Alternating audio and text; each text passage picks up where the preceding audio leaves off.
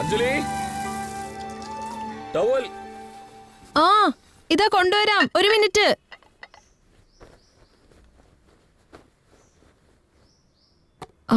കുളിച്ചിട്ട് റെഡി ആയിക്കോളൂ, അപ്പോഴത്തേനും ഞാൻ ബ്രേക്ക്ഫാസ്റ്റ് ഉണ്ടാക്കാം. പിന്നെ എന്താ ഇന്നലെ തല നനച്ചില്ലല്ലോ, അപ്പൊ ഇന്ന് തല നനച്ചേക്കണേ. ശരി.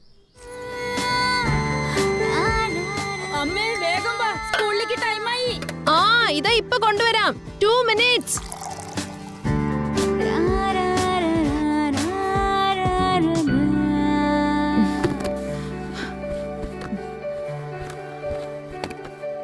അമ്മേ ഒന്ന് വേഗം, സമയായി അമ്മേ, ഞാൻ പോവാ. 1 മിനിറ്റ് മോനെ, ഞാൻ ഇപ്പൊ പാല് കൊണ്ടുവരാം. വേണ്ട അമ്മേ, ഞാൻ പോവാ. വന്നു. ഗിഫ്റ്റ് ബോക്സ് വെച്ചില്ലേ? അയ്യോ 1 മിനിറ്റ്. അത് മറന്നോ? ഞാൻ അപ്പോഴേ പറഞ്ഞതല്ലേ, ഒന്ന് വേഗം കൊണ്ടാ. ഇതാ ഇപ്പൊ വരാം.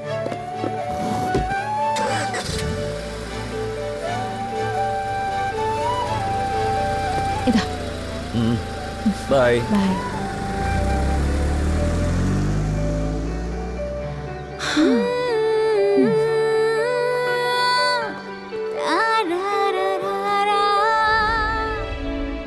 ഞാൻ ചെയ്യുന്നത് റൈറ്റ് ആണോ റോങ് ആണോ?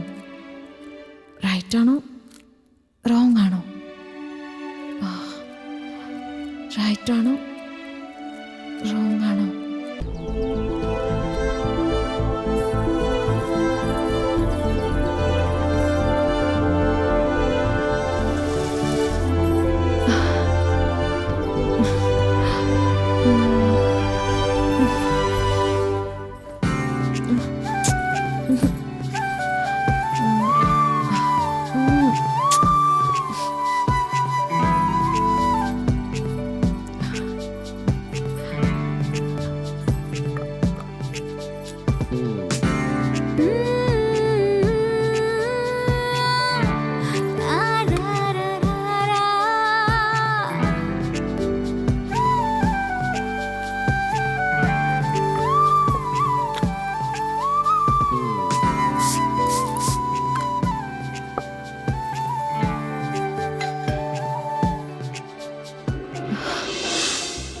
ഹേയ്, വെതർ അടിപൊളിയാണല്ലോ. കമോൺ, ഒന്ന് എൻജോയ് ചെയ്താലോ. എന്തുപറ്റി? ഇതൊക്കെ ശരിയാണോ? Why not? കോടതി വിധിയുണ്ടല്ലോ ഇതൊന്നും തെറ്റല്ലെന്ന്.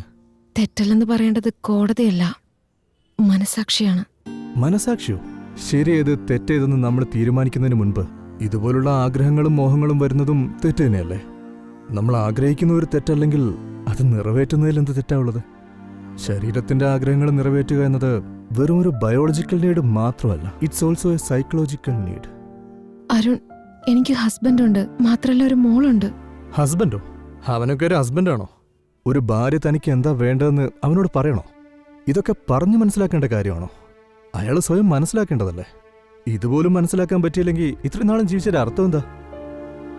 അതൊന്നും എനിക്കറിയില്ല അരുൺ, പക്ഷേ എന്റെ അവസ്ഥയിൽ അതൊന്നും ശരിയാവില്ല.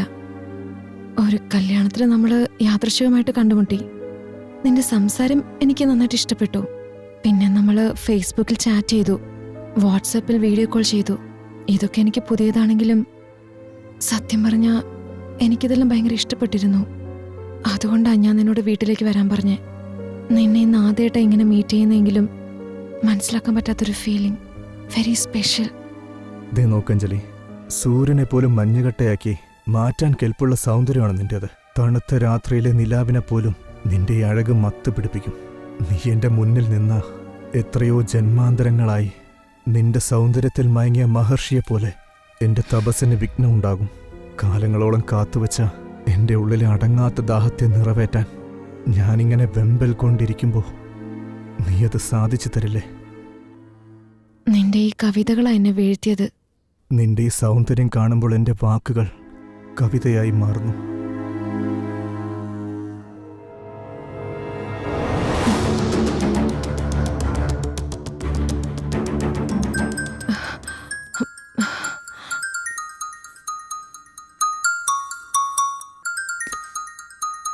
Wow, you look more sexy in back, baby. You are so hot. ചൂട് കൂടുന്നു ഡാർലിംഗ്. ഷട്ടപ്പ് അരുൺ. എന്താ, നീ ആഗ്രഹിക്കുന്ന സുഖം നിനക്ക് വേണ്ടേ? സുഖമെന്ന് വെച്ചാൽ നീ ആക്ച്വലി എന്താ ഉദ്ദേശിക്കുന്നത്? നമ്മുടെ ഈ പരിചയം പ്രണയമായി മാറിക്കഴിഞ്ഞപ്പോ നീ നിന്നെ തന്നെ മറക്കുന്നൊരു പുതിയ ലോകം കണ്ടു എന്ന് പറഞ്ഞു. ഇപ്പൊ ആ ലോകത്തെ തന്നെ മറക്കുന്ന രീതിയിൽ നീ സന്തോഷിക്കാൻ പോവാ. സന്തോഷോ? ഇങ്ങനെയുള്ള വാക്കുകൾ കേട്ടിട്ട് ഒരുപാട് വർഷമായി. അതുകൊണ്ടാണല്ലോ അത് ഓർമ്മപ്പെടുത്താൻ ഞാൻ വന്നിരിക്കുന്നത്.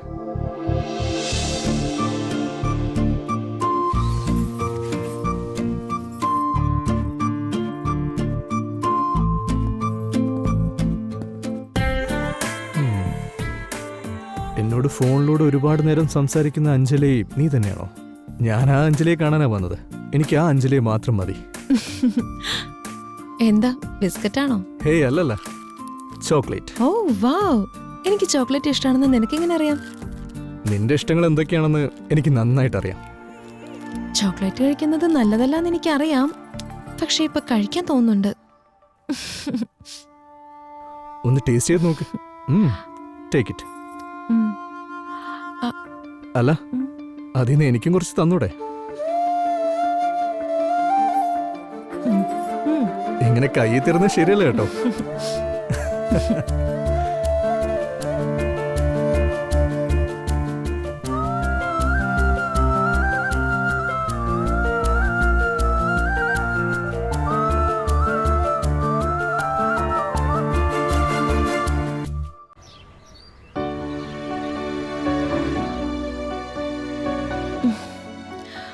What about Ramya? എനിക്ക് രമ്യയെ ഒരുപാട് ഇഷ്ടമായിരുന്നു. 5 വർഷത്തോളം ഞങ്ങൾ പ്രേമിച്ചു. ഞങ്ങൾ ഒരുമിച്ചാണ് ജോലി ചെയ്തിരുന്നത്. ഞങ്ങൾ വളരെ ഹാപ്പി ആയിരുന്നു. പെട്ടെന്ന് രമ്യയ്ക്ക് ഇവിടുന്ന് ബാംഗ്ലൂരിലേക്ക് ട്രാൻസ്ഫർ കിട്ടി.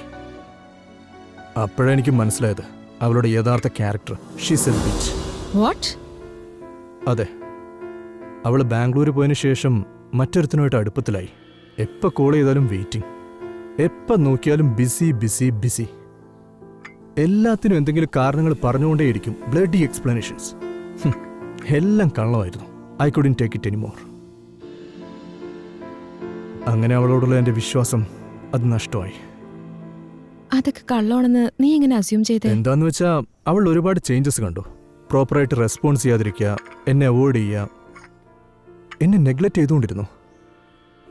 സോ അങ്ങനെ ഫൈനലി ഞങ്ങൾ തമ്മിൽ ബ്രേക്കപ്പ് ചെയ്യേണ്ടി വന്നു. എന്നുവെച്ചാ നിനക്ക് അവളെ സംശയമായിരുന്നോ? Of course. അവളുടെ ബിഹേവിയർ വെച്ച് അവളുടെ ക്യാരക്ടർ എനിക്ക് മനസ്സിലാക്കേണ്ടി വന്നു. അതുകൊണ്ടാണ് അവൾ എനിക്ക് യോജിച്ചതല്ലെന്ന് എനിക്ക് മനസ്സിലായത്. അവളായിട്ട് ബ്രേക്കപ്പ് ചെയ്തതിന് എന്തെങ്കിലും സ്പെസിഫിക് റീസൺ ഉണ്ടോ? റീസൺ എന്ന് ചോദിച്ചാൽ എന്ത് പറയാനാ? അവൾ തെറ്റ് ചെയ്യുന്നു എന്നുള്ള കാര്യം എനിക്ക് വളരെ വ്യക്തമായി. അതുകൊണ്ട് ഞാൻ വിട്ടു. എന്നുവെച്ചാ നീ ഒരു സംശയത്തിന്റെ പേരിൽ അവളെ ഉപേക്ഷിച്ചു അല്ലേ? അരുൺ, യഥാർത്ഥ പ്രേമത്തിൽ സംശയം ഉണ്ടാവില്ല, വിശ്വാസം മാത്രമേ ഉണ്ടാവൂ. എൻ്റെ ഹസ്ബൻഡ് എൻ്റെ കൂടെ അധികം ടൈം സ്പെൻഡ് ചെയ്യാറില്ല, പക്ഷേ എന്നെ സംശയിക്കാറില്ല. Thank God. നീ ശരിക്കും വളരെ നല്ലവളാ. നിന്നെ അങ്ങനെ സംശയിക്കേണ്ടതായിട്ട് ഒന്നും തന്നെ ഇല്ലല്ലോ. പറ. ഞാൻ നല്ലവളൊക്കെ തന്നെ, പക്ഷെ നീയോ? എന്താ, ഞാൻ നല്ലവനല്ലേ? നീയും ഞാനും നല്ലവരൊക്കെ തന്നെ, പക്ഷേ പുറത്തുനിന്ന് നോക്കുമ്പോ ഭർത്താവുള്ളപ്പോ വേറൊരാളെ വീട്ടിൽ കയറ്റി എന്നെ ആളുകൾ എന്താ പറയാ? വേറൊരാളുടെ ഭാര്യയ്ക്ക് വേണ്ടി വന്ന നിന്നെന്താ വിളിക്കുക? അഞ്ജലി, നീ എല്ലാ കാര്യങ്ങളും വളരെ ഡീപ്പായിട്ട് ചിന്തിക്കുന്നു. സിഗരറ്റ് പാക്കറ്റ്സിലും ഡ്രിങ്ക്സ് ബോട്ടിൽസിലും ആരോഗ്യത്തിന് ഹാനികരമെന്നുണ്ട്. എന്നിട്ടും അത് ആളുകൾ ഉപയോഗിക്കുന്നില്ലേ? നമുക്ക് കുടിക്കണമെന്ന് തോന്നുമ്പോൾ കുടിക്കണം, എൻജോയ് ചെയ്യണമെന്ന് തോന്നുമ്പോൾ എൻജോയ് ചെയ്യണം. കൂൾ. ഇപ്പൊ രമ്യ എവിടെ ഉള്ളത്? അവളും ഇപ്പം ഇവിടെ തന്നെയാണ് വർക്ക് ചെയ്യുന്നത്. ഇടയ്ക്കിടയ്ക്ക് കാണാറുണ്ട്. കാണുമ്പോൾ ഒന്ന് ചിരിക്കും. ഇപ്പോൾ അവൾക്കൊരു പുതിയ ബോയ് ഫ്രണ്ടും ഉണ്ട്. പക്ഷെ എനിക്കതിൽ വിഷമമൊന്നുമില്ല. എന്താണെന്നറിയോ? ഇപ്പോൾ എനിക്ക് സുന്ദരിയായൊരു ഗേൾ ഫ്രണ്ട് ഉണ്ട്. ഏയ്, ഞാൻ ആരുടെയും ഗേൾ ഫ്രണ്ട് ഒന്നും അല്ല. അങ്ങനെയാണോ? അപ്പോൾ നിന്റെ ഭർത്താവിന് ഗേൾ ഫ്രണ്ട് ഉണ്ടെങ്കിലോ? ഞാൻ ജീവിച്ചിരിക്കില്ല. പക്ഷേ അദ്ദേഹത്തിന് അങ്ങനെ ഉണ്ടാവില്ല, എനിക്കറിയാം. അങ്ങനെയുള്ള ഒരാള് സ്വന്തം ഭാര്യയുടെ ആഗ്രഹങ്ങൾ മനസ്സിലാക്കേണ്ടതല്ലേ? അപ്പോൾ നല്ലവനാണോ? അങ്ങേര് ക്രൂരനൊന്നും അല്ല. Work busy. ഓഫീസിൽ അല്ലെങ്കിൽ വീട്ടിൽ ഓൾ ടൈം വർക്ക് ബിസിയാ. Always responsibilities, goals, tension. സത്യം പറഞ്ഞ ഒരു 10 മിനിറ്റ് പോലും എന്നോട് സംസാരിക്കാറില്ല. എനിക്കും ആഗ്രഹങ്ങളുണ്ടെന്ന്, ഞാനൊരു ഹ്യൂമൻ ആണെന്നുള്ള കാര്യം അദ്ദേഹം ഓർത്താൽ മാത്രം മതി. പക്ഷെ ആണുങ്ങൾക്കാണെങ്കിൽ ഭാര്യ എപ്പോഴും ഭർത്താവിന് വേണ്ടി വീട്ടിൽ അടങ്ങി ഒതുങ്ങിയിരിക്കണം. പക്ഷേ താൻ എവിടെ വേണമെങ്കിലും പോകാമെന്ന് അവര് വിചാരിച്ചുകൊണ്ടിരിക്കും. ഭാര്യയുടെ ആഗ്രഹങ്ങൾ തന്റെ ആഗ്രഹങ്ങളാണെന്ന് വിചാരിച്ച് അതിനെല്ലാം പ്രാധാന്യം കൊടുത്താൽ അവൾക്ക് ഇഷ്ടമാണെന്നുള്ള കാര്യം അവര് മനസ്സിലാക്കുന്നില്ല.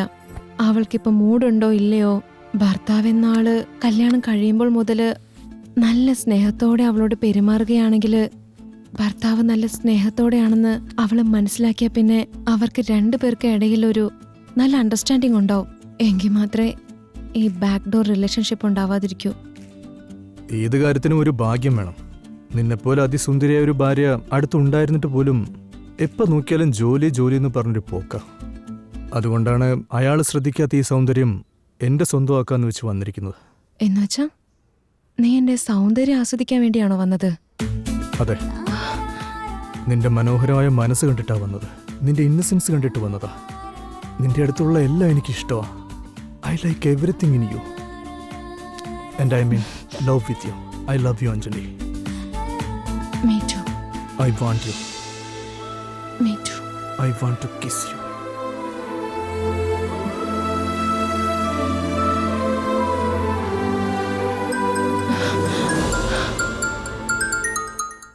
ഒരു ഹൗസ് വൈഫിന് കള്ളം പറയാൻ ഇത്രയും ബുദ്ധിമുട്ടാണോ? അതെ, ആണുങ്ങൾക്ക് സമ്പാദിച്ച് വീട്ടിൽ കൊടുക്കണം എന്നുള്ളതല്ലാതെ വേറെ ഒരു റെസ്പോൺസിബിലിറ്റീസും ഇല്ല. വീട്ടിലൊന്നും പറയേണ്ട ആവശ്യമില്ല. നിങ്ങൾ എവിടെ വേണമെങ്കിലും എന്ത് വേണമെങ്കിലും ചെയ്യാം. ചോദിച്ചാലോ, ഒരു ആണിന് 100 കൂട്ടം ജോലിയുണ്ടെന്ന് പറയും. നിങ്ങൾക്ക് ലൈസൻസ് ഉണ്ട് ടു ഡു എനിത്തിങ് എവറിത്തിങ്. ഇനി ഒരു കാര്യം കൂടെ നിങ്ങൾക്കുണ്ട്. നിങ്ങൾ എത്ര പേരുടെ കൂടെ പോയി വന്നാലും എൻഡ് ഓഫ് ദ ഡേ ഒരു ഹസ്ബൻഡ് എന്ന പോസ്റ്റ് നിങ്ങൾക്ക് സേഫ് ആയിട്ടുണ്ട്. പിന്നെ അച്ഛൻ എന്ന പോസ്റ്റ് കുട്ടികളുടെ അടുത്ത് സേഫ് ആയിരിക്കും. ഇതുമാത്രല്ല, നിങ്ങൾ ആരും ഒന്നും പറയരുത്. വീട്ടിലെ ഡോർമാറ്റിനോട് നിങ്ങളുടെ ചെരുപ്പഴിച്ച് വന്നതുപോലെ നിങ്ങളുടെ സെക്കൻഡ് നേച്ചറിനെ വിട്ടിട്ട് അകത്തേക്ക് വന്നാൽ, ഞങ്ങൾ എപ്പോഴും വരുന്നത് പോലെ ഒരു നല്ല വൈഫായിട്ട് പുറത്തേക്ക് വരണം. ഇത് യൂണിവേഴ്സലി അക്സെപ്റ്റഡ് ആണ്. Unset rule. അഗ്രീഡ്. പക്ഷെ ഒരു പെണ്ണിന്റെ കാര്യത്തിൽ അവൾ എപ്പോഴെങ്കിലും ഒരു തെറ്റ് ചെയ്താൽ അവൾക്ക് എല്ലാ പോസ്റ്റും പോവും. അപ്പോൾ ഒരു ഡോർമാറ്റിന് കൊടുക്കുന്ന വില പോലും അവൾക്ക് കിട്ടില്ല. All doors will be closed for ever. അതെന്തുകൊണ്ടാ? ഇതിനെൻ്റെ അടുത്ത് ഒരു മറുപടിയും ഇല്ല. പക്ഷെ ഒരു കാര്യം പറയാം, നീ എൻ്റെ വൈഫാണെങ്കിൽ എന്നെപ്പോലെ മറ്റൊരാളുടെ കൂടെ പോയിന്ന് ഞാൻ അറിഞ്ഞാ ഞാൻ നിന്നെ ഉപേക്ഷിക്കില്ല. നിന്നോട് ഞാൻ ക്ഷമിക്കും. ഒരു പുതിയ ജീവിതം തരും. കണ്ടില്ലേ, നീ ഒരാണായതുകൊണ്ട് തെറ്റ് ചെയ്താല് നിന്റെ ഭാര്യ ഒരു ചോദ്യം പോലും നിന്നോട് ചോദിക്കരുത്. അതേ തെറ്റ് നിന്റെ ഭാര്യ ചെയ്താലോ നീ അവളോട് ക്ഷമിക്കും. ഇതിനു മുമ്പ് നീ ഒരു കാര്യം പറഞ്ഞിരുന്നു, സുപ്രീം കോർട്ട് പോലും പെർമിഷൻ തന്നിട്ടുണ്ടെന്ന്. അതെ. അതേ നിയമം എന്താ പറയുന്നതെന്നറിയോ? കല്യാണം കഴിഞ്ഞ ഒരു പെണ്ണിന് മറ്റൊരാളുടെ കൂടെ ഒരു അഫയർ ഉണ്ടാവുകയാണെങ്കിൽ അവളുടെ ഹസ്ബൻഡ് അതിന് കംപ്ലൈന്റ് നൽകിയാൽ തീർച്ചയായിട്ടും അവൾക്ക് ശിക്ഷ നൽകണമെന്ന്. ഇനി ഒരുപക്ഷെ അവളുടെ ഹസ്ബൻഡിന്റെ സമ്മതത്തോടുകൂടി ആ അഫയർ കണ്ടിന്യൂ ആയാൽ അത് തെറ്റല്ല, അതിന് ശിക്ഷയൊന്നും കിട്ടില്ല. ഹസ്ബൻഡിന് സമ്മതമില്ലാതെ ഒരു പെണ്ണ് മറ്റൊരാളുടെ കൂടെ ശാരീരിക ബന്ധത്തിൽ ഏർപ്പെട്ടാൽ അത് തെറ്റ്. എന്നുവെച്ച വേറൊരാളുടെ കൂടെ അഫെയറിലാവുന്നത് തെറ്റാണെന്ന് അറിഞ്ഞതിനു ശേഷവും ഹസ്ബൻഡ് സമ്മതം മൂളിയാൽ തെറ്റ് തെറ്റല്ലാതാവോ? ഒരു പെണ്ണെന്ന് വെച്ചാ അതവളുടെ വീട്ടിൽ പാൽ കൊടുക്കുന്ന പശുവല്ല, ഒരു വസ്തുവുമല്ല, അതവരുടെ സ്വത്തുമല്ല. ഒരു ഭാര്യ ഭർത്താവിന്റെ സ്വത്തല്ല എന്നത് ആ മഹാഭാരതത്തിൽ പോലും എഴുതിയിട്ടുണ്ട്. ഒരു പെണ്ണെന്ന് വെച്ചാ തന്റെ സ്വത്തെന്ന് പറയുന്നത് സമൂഹത്തിലെ ഒരു പദവിക്കും അംഗീകാരത്തിനും എന്നതല്ലാതെ അവളുടെ സ്വന്തം കാര്യത്തിലേക്ക് വരികയാണെങ്കിൽ, അതിനി കുറച്ചുകൂടെ പേഴ്സണലായിട്ട് എടുക്കുകയാണെങ്കിൽ അവൾ അവൾക്ക് മാത്രമാണ്. അവൾ ആരുടെയും സ്വത്തല്ല, അവൾ അവളുടേത് മാത്രമാണ്. സോറി അഞ്ജലി, വെറും പാവമായ നിന്റെ ഉള്ളില് ഇത്രമാത്രം വേദനയുണ്ടെന്ന് എനിക്ക് അറിയില്ലായിരുന്നു. നിനക്ക് ഇഷ്ടമല്ലെങ്കിൽ ഞാൻ നിർബന്ധിക്കില്ല. എനിക്കിപ്പോൾ 2 അഭിപ്രായമാണുള്ളത്. ഒന്ന് നിന്നെ വേണമെന്ന് പറയുന്നു, രണ്ടാമത്തത് വേണ്ടാന്നും പറയുന്നു. അങ്ങനെയാണെങ്കിൽ ആദ്യം മനസ്സ് പറഞ്ഞത് എനിക്ക് തന്നൂടെ? അപ്പോ വേണ്ടാന്നുള്ളതിന് എന്താ പറയാ? നിന്നോട് വേണ്ടെന്ന് പറയുന്ന മനസ്സ് നിന്നെ ആഗ്രഹിക്കുന്നവരെയും വേണ്ടെന്ന് പറയുന്നുണ്ടോ? വീട്ടില് അടുക്കളപ്പണി ചെയ്യണമെന്ന് പറയുന്നുണ്ടോ? തുണി അലക്കി റൂം ക്ലീൻ ചെയ്യണമെന്ന് പറയുന്നുണ്ടോ? അല്ലെങ്കിൽ പാരന്റ്സ് മീറ്റിംഗ് അറ്റൻഡ് ചെയ്ത് പ്രോഗ്രസ് കാർഡിൽ സൈനൊക്കെ ഇട്ട് സന്തോഷമായിട്ട് ഇരിക്കണമെന്ന് പറയുന്നുണ്ടോ? അതാണ് എൻ്റെ ജീവിതം. അങ്ങനെ 14 വർഷം ജീവിച്ചു തീർത്തു. അപ്പൊ നിന്നെ തടയുന്ന മനസ്സ് നീ ആഗ്രഹിക്കുന്ന മനോഹരമായ ജീവിതത്തെ ഓർമ്മപ്പെടുത്തുന്നില്ലേ? ഓർമ്മപ്പെടുത്താറുണ്ട്. പക്ഷേ എൻ്റെ ഉള്ളിലുള്ള മനസാക്ഷി എന്നോട് വേണ്ടെന്നാ പറയുന്നത്. എനിക്കൊരു പെൺകുട്ടിയുണ്ട്. അവളോട് ഏതാണ് ശരി ഏതാണ് തെറ്റെന്ന് ഞാൻ എങ്ങനെ പറയാ? ഞാൻ എങ്ങനെ ഫേസ് ചെയ്യാ? പെണ്ണുങ്ങളിങ്ങനെ മനസ്സുകൊണ്ട് അടിമയായി കഴിയുന്നതിൽ നിന്ന് പുറത്തു കടന്ന് അത് തെറ്റല്ലെന്ന് വിശ്വസിക്കാൻ തുടങ്ങിയ കുട്ടികളെ എങ്ങനെ ഫേസ് ചെയ്യണമെന്ന് മനസ്സിലാക്കാനും കഴിയും. തെറ്റ് ചെയ്തിട്ട് കുട്ടികളെ ഫേസ് ചെയ്യാൻ കഴിയില്ല എന്നുണ്ടെങ്കിൽ നിന്റെ മോളും എന്നും കൊച്ചു കുട്ടിയായിരിക്കില്ലല്ലോ. അവളും വളർന്നുകൊണ്ടിരിക്കുകയല്ലേ. അവളുടെയും കല്യാണം കഴിയും. തൻ്റെ അമ്മ ലൈഫിൽ എന്ത് പ്രോബ്ലത്തെ ഫേസ് ചെയ്തോ അതേ പ്രോബ്ലം അവളും തൻ്റെ ലൈഫിൽ ഫേസ് ചെയ്യും. അപ്പോൾ അവളും അതേപോലെ അഡ്ജസ്റ്റ് ചെയ്തുകൊണ്ട് ജീവിക്കും. അവളും തൻ്റെ പെൺകുഞ്ഞിനെ ഓർത്ത് ഭയന്നുകൊണ്ട് ജീവിക്കും. ഇതുപോലെ റിപ്പീറ്റ് ആയിക്കൊണ്ടേയിരിക്കും. It become never ending circle. തെറ്റും ശരിയും തിരിച്ചറിയാതെ വരുമ്പോൾ അതിനുള്ള സൊല്യൂഷൻ എന്താണെന്നറിയോ? Create a small world. നിന്റെ ചുറ്റും ഒരു ചെറിയ ലോകത്തെ ക്രിയേറ്റ് ചെയ്തോ. അതിൽ നീ മാത്രമായിരിക്കണം ഡിസിഷൻ മേക്കർ. നീ മാത്രമായിരിക്കണം ജഡ്ജ്. വേറെ ആർക്കും നിന്നെ ജഡ്ജ് ചെയ്യാനുള്ള അവസരം കൊടുക്കരുത്. Do what makes you happy. അത്രയേ ഉള്ളൂ. നീ എന്തൊക്കെ പറഞ്ഞാലും എന്നെ കൺവിൻസ് ചെയ്യാൻ പറ്റില്ല. അപ്പോൾ എന്നെ നിനക്ക് ഇഷ്ടമല്ലെന്നാണോ? ഇഷ്ടമാണ്. സത്യം പറ. സത്യമായിട്ടും എനിക്ക് നിന്നെ നല്ല ഇഷ്ടമാണ്. എന്തുകൊണ്ടാണ് ഇഷ്ടമായത്? അങ്ങേരെ എനിക്ക് തരാത്തത് എന്തോ നീ തരുന്നുണ്ട്. എന്താ അത്? ടൈം. എവിടെയോ ദൂരത്തിരുന്നു കൊണ്ട് നീ എപ്പോഴും എന്നെക്കുറിച്ച് ആലോചിക്കുന്നു. എന്നോട് ടൈം സ്പെൻഡ് ചെയ്യുന്നതിനെ കുറിച്ച് പ്ലാൻ ചെയ്യുന്നു. അതിനെക്കുറിച്ച് ആലോചിക്കുമ്പോഴൊക്കെ എനിക്ക് എപ്പോഴും സന്തോഷം തോന്നുന്നുണ്ട്. അതെ, നീ എൻ്റെ കൂടെയുള്ളപ്പോൾ എനിക്കും സമയം പോകുന്ന അറിയില്ല. റിയലി? വികാരം എന്ന് പറയുന്നത് ആണുങ്ങളിൽ നിന്നുണ്ടാവുന്നതല്ല. ആദ്യം പെണ്ണിൻ്റെ ഉള്ളിൽ നിന്നും മുളച്ച് അത് പെണ്ണിൻ്റെ കണ്ണിലൂടെ ആണിൻ്റെ മനസ്സിൽ തറച്ച് അത് അവൻ്റെ ഉള്ളിലെ വികാരങ്ങളെ തട്ടി ഉണർത്തും. നീ കവിയാണല്ലോ. ഇതിനെക്കുറിച്ച് നിനക്ക് നന്നായിട്ട് അറിയാം. എനിക്കിതൊക്കെ അറിയാം, പക്ഷേ നിനക്കത് അറിയില്ലല്ലോ. എനിക്കും അറിയാം.